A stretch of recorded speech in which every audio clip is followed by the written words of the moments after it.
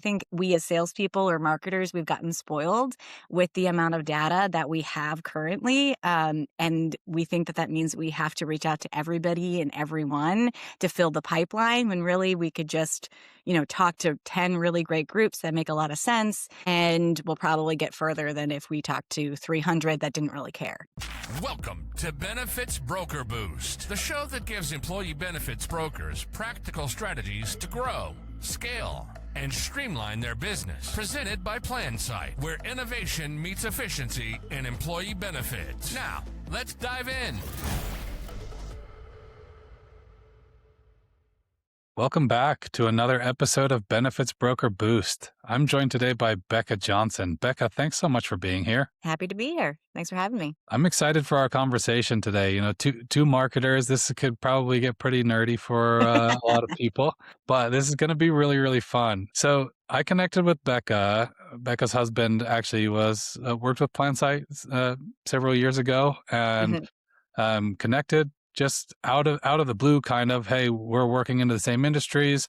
Would love to show you some of the tools that we've got. And the tools I think are really applicable to the audience, and the concept I would say is most applicable. So Becca, background wise, founder of a company called Calliope. They have a couple of different things that they're doing. They have Calliope Sales, which is basically consulting into different companies, helping them position their product, understand how to communicate their benefits to the market. And that has transformed. And that's kind of let's use tooling, let's use AI, and let's get the right information in front of the right people in the company at the right time to make the offering that the company has land better, right? That's the Calliope Sales arm of things. And then the Calliope Flow arm of things are some pre-built data automations that Becca has built out that help brokers and agencies get the right information that they need to be more strategic, right? To have the information that they need right at their fingertips. And the reason that I thought this was interesting, so I'll kind of tee it up this way.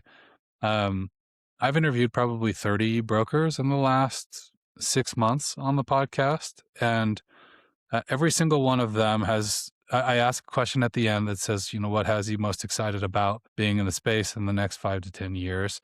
And almost all of them have told me that that the strategic brokers are going to be winning in the next 5 to 10 years.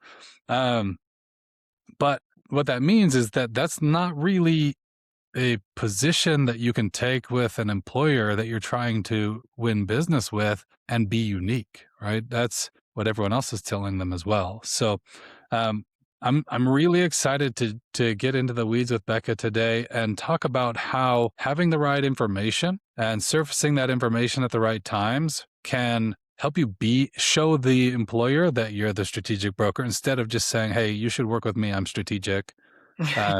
So let's talk about that, Becca. First of all, let's get into the origin story. What was the point when you were consulting with some of these larger agencies and brokerages where you're like, I think they need a tool that will solve this? Sure. So there's been data vendors forever. There's traditional data vendors that are giving you things like emails and phone numbers. And then there's ones that are more specifically designed to surface like the carrier information, the broker information, all of that. And brokers and digital health vendors are using all of those. But with AI, what we are now able to do is get much deeper insight into what is actually going on under the hood for a lot of plans, and we can use that strategically. And it actually uses strategically. So not only are the brokers going to be, strategic in the building of the offering they're putting together for their clients, they need to be strategic in how they get to the clients and how do they get to the table to talk to those clients. So understanding what data is under the hood, what is their current situation, what do our best fit clients look like now, and what was the situation like 2-3 years ago that led them to be willing to consider, changing brokerages or bringing you on. Yeah. That's really interesting. So let's dig deeper into that, right? I want to go one layer deeper and talk about, let's go use case, right? And let's say, I'm a broker that's been trying to win business with a certain employer. What is the type of information that is being surfaced that's allowing I'm not a broker, but hypothetically, if I'm Yep. the broker, that allows me to gain the attention or start the conversation in a way that grabs the interest amongst, probably 10 other brokers that are trying to win that business. Sure. So one of the things that I work with my clients is understanding like a static ICP. So we're marketers, we're salespeople. We understand what an ICP is.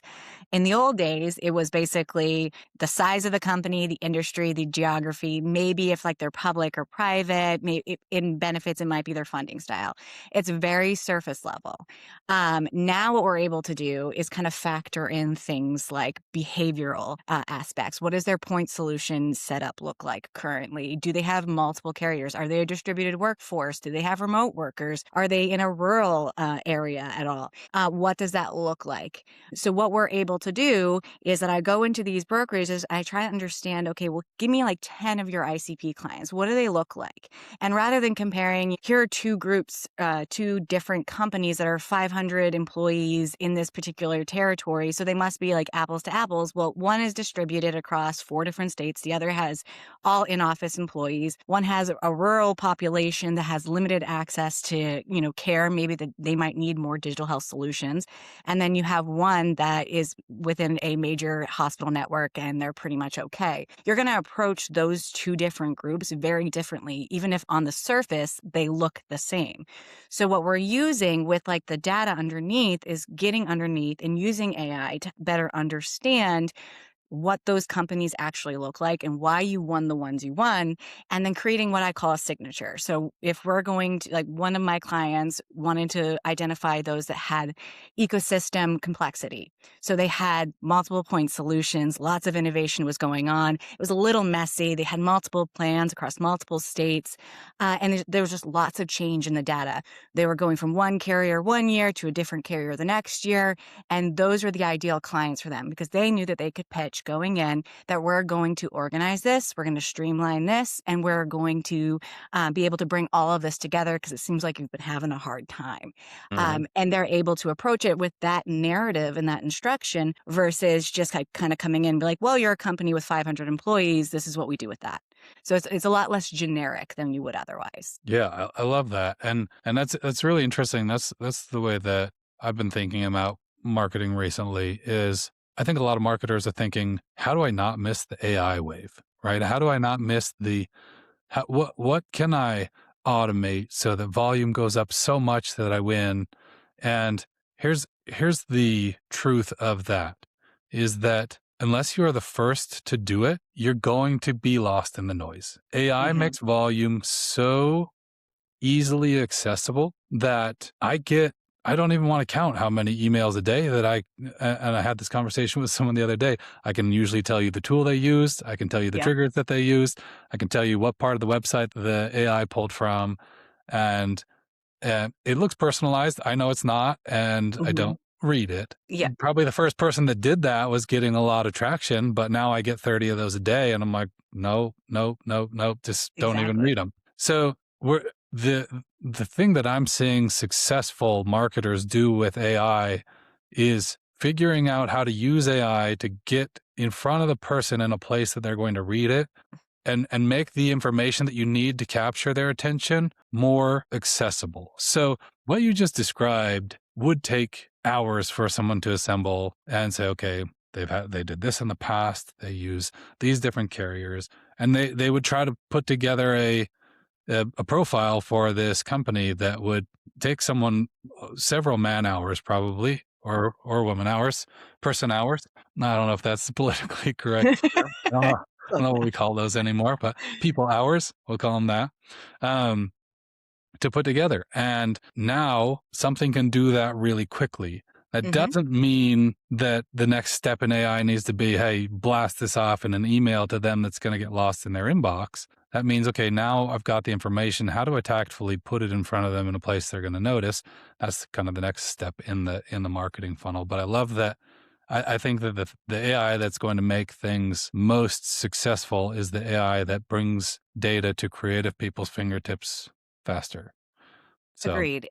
And I've had, clients that do this well, and I've had clients that did this very poorly. I would create these automations that created these detailed account plans, and the goal of having the salespeople or the brokers or the reps reaching out and looking at all the context and information.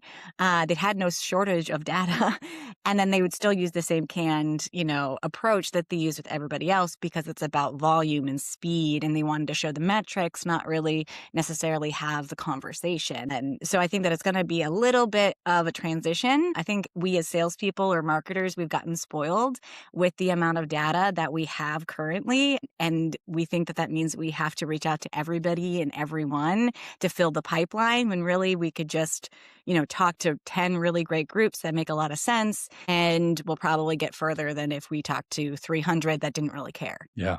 Yeah. And that's all part of dialing in the ICP, right? Yeah, When you have absolutely. what your ICP actually is, you can be more targeted with it. Now, I I always say I want brokers to walk away with something, or agency owners, or anyone in an agency to walk away with something they can do tomorrow to grow their book of business. I think access to that information will help. I'm curious, you've worked with several agencies now. What are you seeing as the thing that helps them land in front of the client, right? That some strategies there. Okay, I've got all the information. How do I show the client that I have that, the potential client, that I have that information in a tactful way that gets their attention? That's the next step that I think will be really valuable to the people listening to this. Yeah, I think that having the context and the judgment of how to use it is really, really important.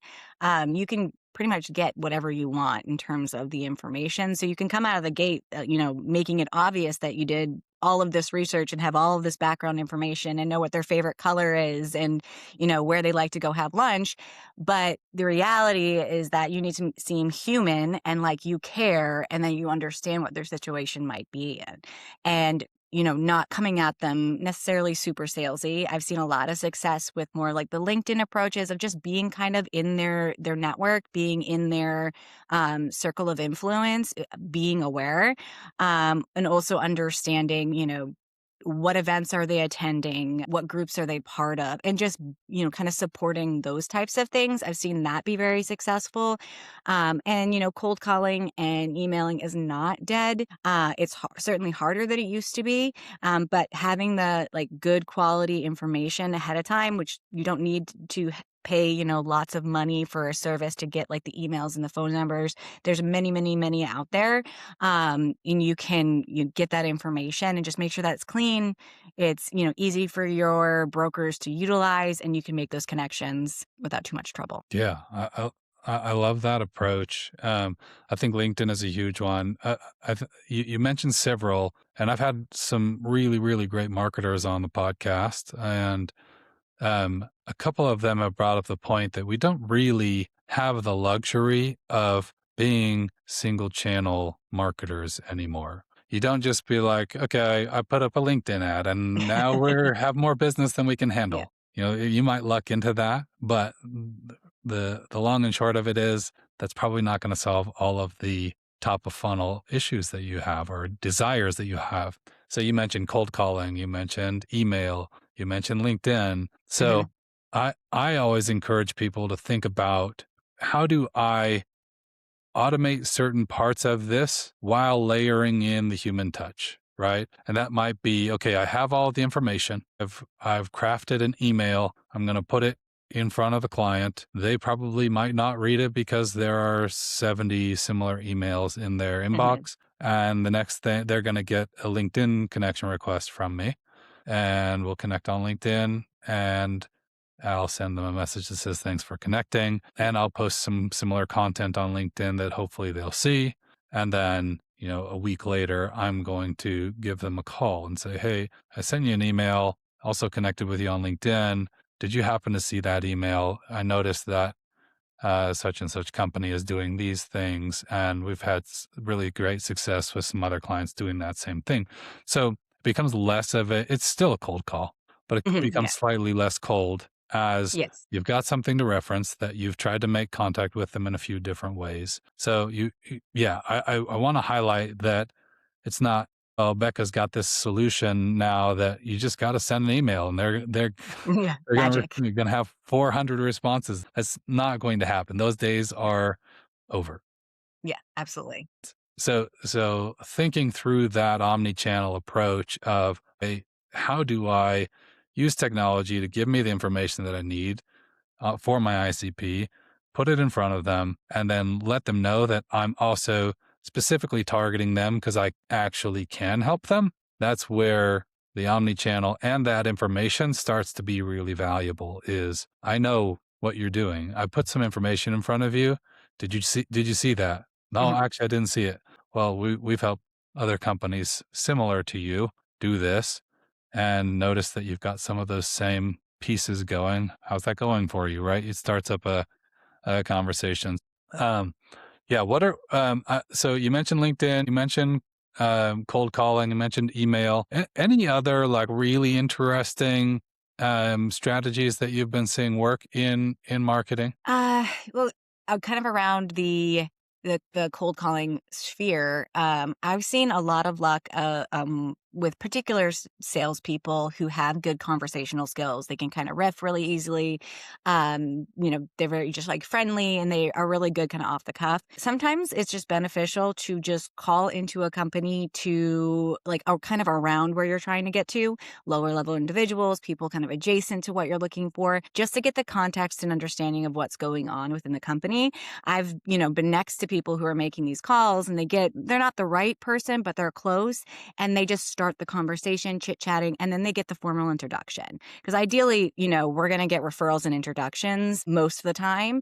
And when we're really smart about it, we can. So if you call into, an adjacent role, if you're a broker, maybe you're not calling into the head of the benefits department, but you're going in a little bit lower, somewhere in the HR department, you're then able to be a little bit, more specific with your conversation, talk through some of the things like, this is what I'm trying to accomplish. This is what I think. Am I off base here? And then you can kind of get that introduction. Be like, okay, well, I spoke to so-and-so. They said that you're now the right person to connect with on the benefits. Would it make sense to set up a time to speak? That kind of gives the green light to go a little bit deeper. And then I think, small little events are becoming more and more popular. These big conferences and trade shows, not great. I worked with a client last year who was trying to determine whether or not they should go to a big HR conference that happens in like the early fall. And they ended up going. But when I did like an analysis of the attendees, like 1% of the attendees were what they were really looking for. There was only a handful of people who are actually benefits people who are there. So it really didn't make a whole lot of sense for them to be there. But these small, more intimate, like group settings where you can interact with HR people in a regional sphere can be extremely helpful. Yeah, I would echo that, but also take that one step further and say, I've managed marketing teams that have very, very large events budgets Hmm. and found the same thing. We would go to these massive, massive industry events and we'd come home with some revenue from it. And then we would go to these intimate rooms of 60 people and close more business. And Exactly. it is because the timing of where the people were in their career, in their journey to prospect of the type of prospect that we are looking for was right. But don't be afraid when you're on calls to ask that question. Like if you're on a call with someone that is your ICP or like you said, adjacent to your buyer persona, ask them, Yeah. what events do you guys go to? And write them all down. I'm fairly new to this industry and I had to do that with everyone that I was talking to. What events are you going to? What events do you love? What events should we maybe avoid? And it's super helpful to make sure that you're in front of the right people that are thinking about their business in the right way and that are trying to solve the problems that you solve as a company to drive revenue from events. So really, really great um, thought there from you. Okay, so I want to shift back really quickly. So you've got two different arms of your business, Calliope. Calliope Sales, you're basically customizing a lot of AI for clients in a specific way that they need it to Hmm. accomplish these things. So let's start with Calliope Flow, which is kind of your out of the box solution. It's 5,500 data with lots of other data integrated and AI agents, AI built on top of it to surface things. What comes out of the box there? And then what are some of the types of things that you're doing when you get into the weeds with a company on the Calliope sales side of things? Sure. So there's a couple different versions, and this came through iteration of meeting with people and them saying, "Well, we want it this way," or "We want it that way." So it's evolved over time. The baseline is basically what I call Calliope Basic, and it is just like a way to make the data searchable for usually what would be an entry level broker. Say we're an unvalidated early career broker. Speed is paramount. We need to do searching, do some research, just understand what the situation is, make sure that they're not part of my brokerage already, and I'm not going up against one of my peers. Quick and easy, $40 a month, just, whatever. And then there is the traditional Calliope flow. So a lot of companies are not really ready to fully like leave the SaaS model behind. They want a platform. They want like some kind of structure there.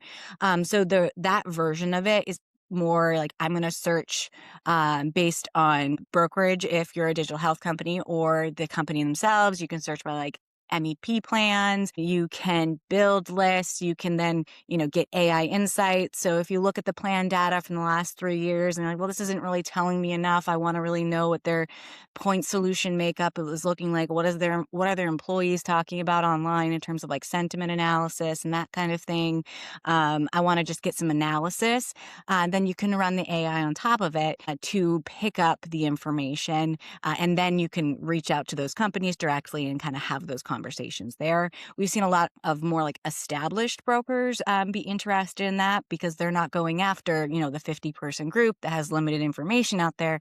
They're going after a 1,000-person group who has, sentiment from their employees on review sites. They have their plan docs online. They have all the information that they can now position. So we can pull all of that information in on top of the 5,500 data and kind of just use that as a lens to look at it.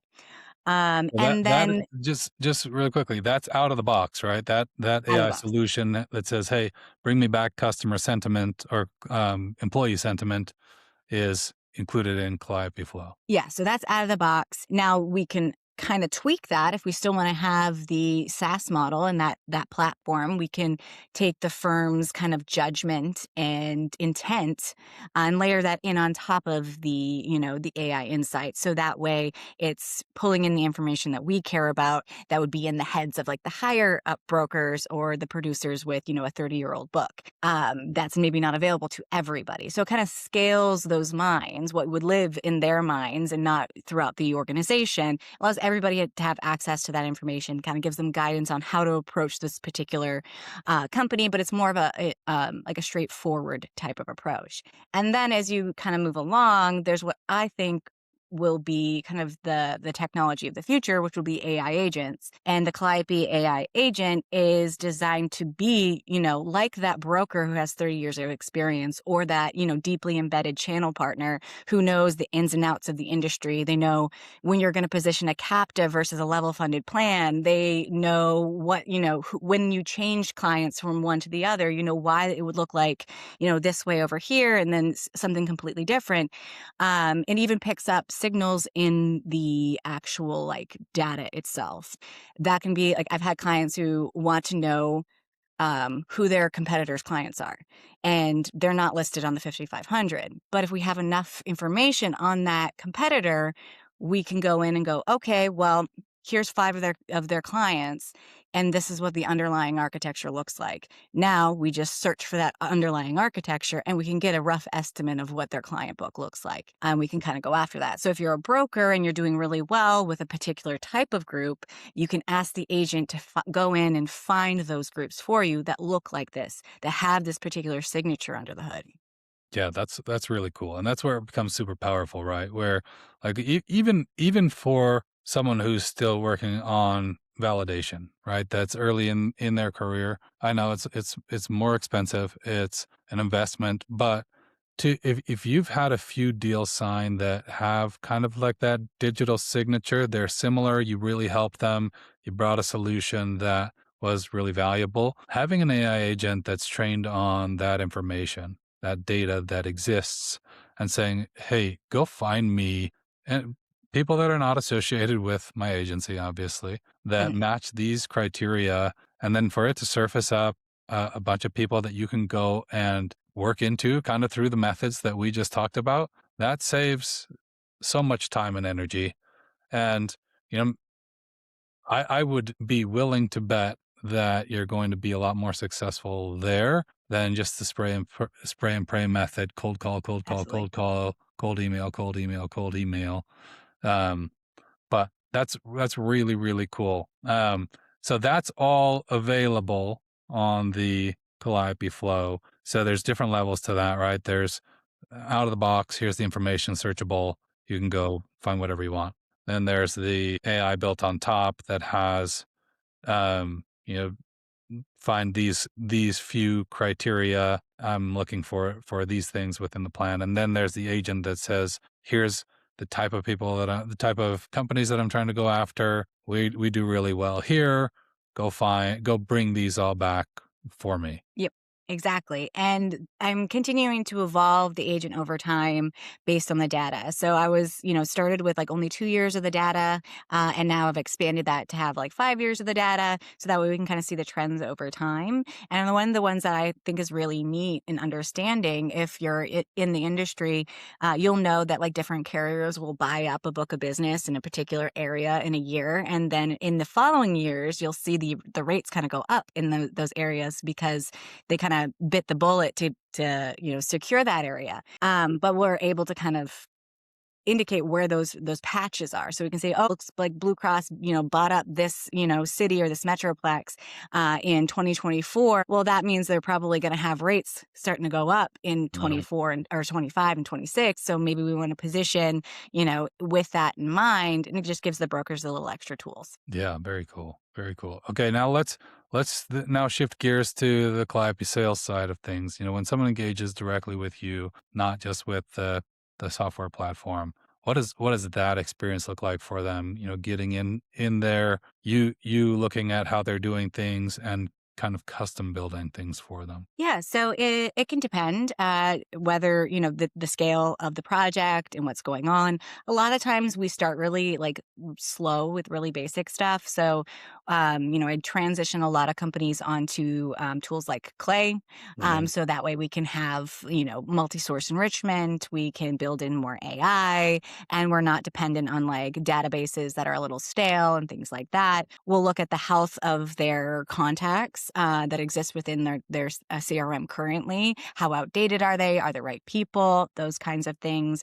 We work on the ICP and understanding not just the firmographic stuff, that is like the size and the region and things, but the actual behavioral aspects that they care about, and maybe determine a couple different ICPs that really matter for them. And then, often I'll even sit with like the territory planning to understand like where you need to hire based on this density, based on your ICP, and those kinds of things. And then also, deploying the AI within the company and identifying your best course of action. Very cool. I mean, all of this seems super valuable in an era where strategic brokers are going to win and are currently winning, and the ones that can demonstrate it's not strategery, that's from a movie that that makes a joke about that, their strategy, Yeah. um, that they have that you have that ability to go in and sit down, help them craft that, all of those pieces, or that they have the ability to do that themselves. So regardless, like I said, of whether someone chooses to use Calliope, I think you've built some really great tools. This should be the thought going through all brokers' heads right now is how do I, without just saying I'm strategic, you should listen to me, Yeah. how do I show that I'm strategic? And these are some obvious things, if you can get the message in front of the right person, that really help there. So you've been working with a lot of brokerages, a lot of Mhm. different agencies. This is kind of like the round off question that I like to ask people, but it's going to be, since you're not a broker, but you work with a lot of brokers, I want a different opinion here. What are the things that you are seeing within these agencies that's helping specific agencies succeed on a different level than other agencies are succeeding? I think a lot of agencies think that they are more strategic, more innovative than they actually are. They're very slow to innovate, to bring on new tools and technologies to make changes. And there's a real issue right now in the market where there's just not enough younger brokers, early career brokers to come and take over the book of businesses when people retire. And that's a real problem. So a lot of the brokerages I'm working with are just trying to figure out, how do we get people to come be a broker, stay being a broker, and actually be able to build a book of business in the environment that we have currently.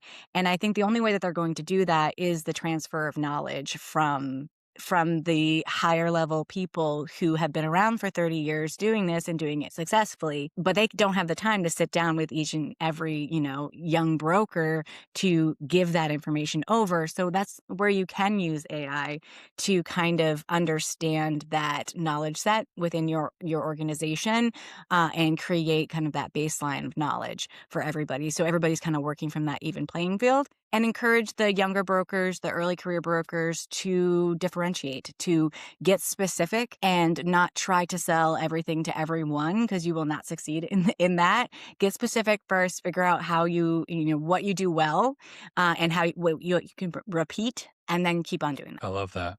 I've had a couple early career brokers on in the recent few episodes that are succeeding very quickly.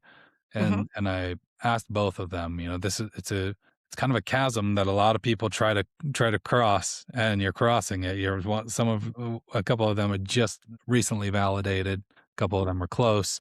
Um,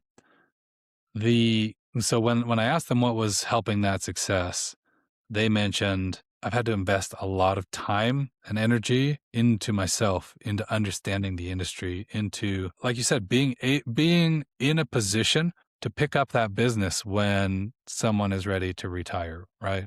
It's not just, hey, I'm here, so hand me over your book of business. That's not Right. going to happen. But they're investing in themselves, they're learning, and I love that you mentioned that AI structured the right way can help expedite that process and transfer of knowledge. There, I asked, you can tell by this podcast, I usually like to go a step deeper with people, and I asked, okay, what are the resources that you're using? And they're looking for resources. They are finding everything that they can, and there's good resources that exist. But if you can use AI to disseminate knowledge from someone who's very, very knowledgeable Mhm. to other agents, other brokers within the agency, that is really, really powerful. And I think it's potentially one of the not as common of a way that people are using AI. So I love that recommendation. Well, this has been really, really awesome, Becca. There's a lot of value in this conversation for anyone that's trying to grow their book of business. So before we end, how can people connect with you if they're interested in learning more, or seeing what Calliope can do? What's the best way for them to connect with you? Email's good. It's Becca at calliopesales.com, or I'm Becca JD Johnson on LinkedIn. Okay, awesome. And we'll include those links to those in the show notes so that people can find those. But like I said, I love when I can be confident that anyone watching this, any agency owner or broker that's watching this, can walk away with something they can do tomorrow. And like I said, if that is engage with Becca, figure out what Calliope's doing, use that data, or if that is even just think differently about your data so that you actually do approach things more strategically, that's up to you, the person watching this. But I think you've got a really cool out of the box solution that is doing some things that provide a lot of value to the strategic broker, which is why I wanted to have you on. So I appreciate your time, everyone, for watching this. Thank you for watching. This has been another episode of Benefits Broker Boost, and remember, be better tomorrow than you were today.